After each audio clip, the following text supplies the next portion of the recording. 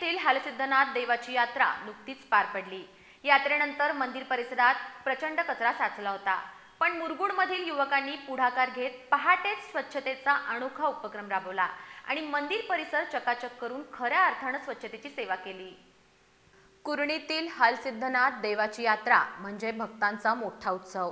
लाखो भाविकांनी दर्शनासाठी गर्दी केली, पण यात्रेनंतर मंदिर परिसरात कचऱ्याचा ढीग साचला। याचवेळी मुरगुडमधील शिवभक्त युवकांनी पुढाकार घेत पहाटे 5 वाजता स्वच्छतेचा संकल्प केला।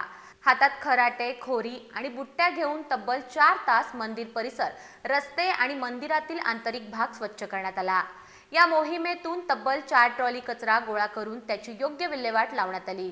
शिवभक्तांनी यापूर्वीही वाघापूर मंदिर, मुरगुड अंबाबाई मंदिर, घोडेकर मंदिर, तलाव परिसर आणि वेदगंगा नदी परिसरातही स्वच्छतेचे उपक्रम राबवले आहेत।